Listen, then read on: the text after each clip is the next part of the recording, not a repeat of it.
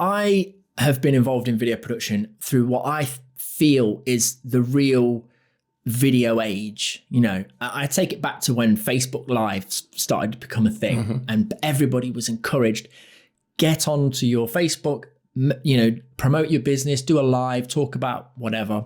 And off the back of that, it's exploded throughout all of social media and all the new apps that have come along, you know, the latest being TikTok. Let's face it, that's the current, you know, go-to market for a lot of people now. So tell me, how important is video marketing to a company's brand? I think in this day and age, it cannot be overstated.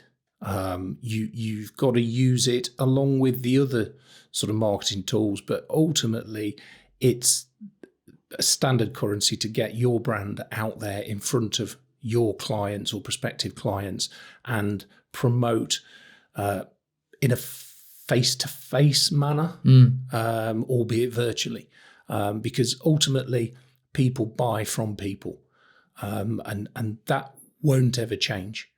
So artificially getting in front of people and telling stories. I mean, let's face it. PR, for example, is more believable than an advert because it's written word and it feels more natural than a story. So if you've got somebody who's telling you physically about something and it's interesting, they will listen, they will sit up, and visually you will stimulate them, and they'll probably remember you more than just looking at an advert or an article in the press. Have you found that your clients have bought into video marketing recently? What's the scope out there? I think you've probably got three types of people. There's the first type that's fully engaged, embracing video, doing corporate videos, doing social media posts, and are going for it full tilt.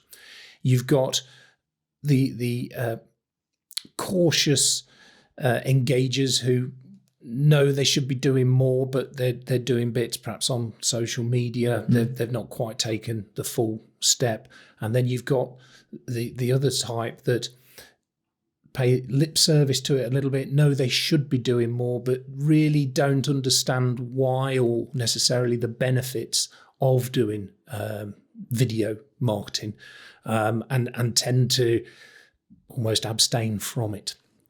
Yeah, and is budget an issue? Do you find that a lot of your clients are sort of... Budget's huge, as in terms of an issue. Often the last example are assuming that video marketing is going to be cost prohibitive. It's going to be far too expensive a tool to use. And the ones who tend to be going full tilt are the ones that realise actually is quite a cost-effective way of communicating with people because it isn't as expensive as you would imagine. You know, it's not a Spielberg production, for example. Yeah, it doesn't always have to be. And that's something that we always try to get across when we have those initial talks with a potential client, that there always is that question mark around budget because, I mean, look, full bells and whistles, video production isn't cheap if you do it properly. But there are ways to bring that cost down, you know, smaller shoots, you know, utilizing full days to create. I mean, one of the packages that we offer to our clients, it's only a day's filming, but it creates 3 months worth of content. Now, if you work out the financials behind that, then to me, that makes a lot of sense. And we created that with these kind of clients in mind, where budget becomes the sort of the bottleneck. And I think it's the same across the whole sort of marketing spectrum. That, well, we can't afford marketing, it's too expensive. Yeah. Okay, well, from a marketing perspective, one of the first conversations you have to be having is, what is your budget?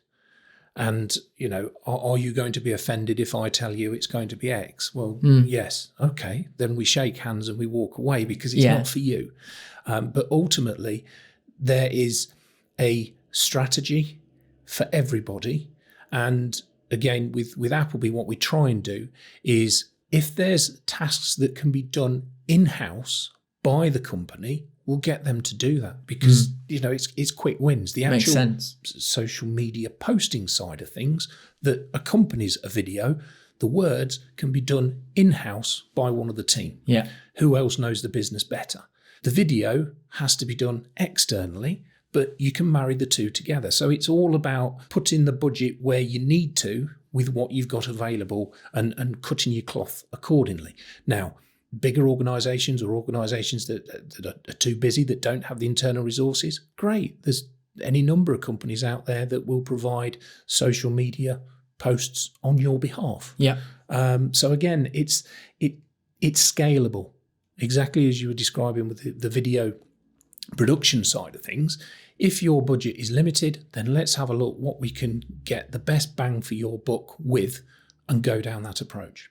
You see, a lot of video companies that I know of, and even freelancers, they'll have the discussion with the client, but they won't outright say, what's your budget? Because they're scared of, I guess, going in and too low. Maybe I'm not sure what it is. Maybe it's just a fear of, it's an awkward question. So with marketing, is it slightly different? Do you go in and say, right, okay, what's your budget? And then you create a plan for them?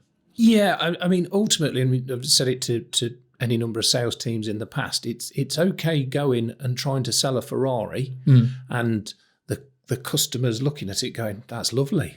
I really like that. Can we have a test drive? Yeah. If their budget is a Mini, they're never going to buy a Ferrari. Yeah. So you've got to get that elephant out of the room as quickly as you can to understand what it is you're talking about in terms of scale of projects, size of projects, available budget, because we can, spend a lot of money in the world of marketing, but ultimately if the client's not got that money to spend and or it won't serve a purpose, there's no point doing it.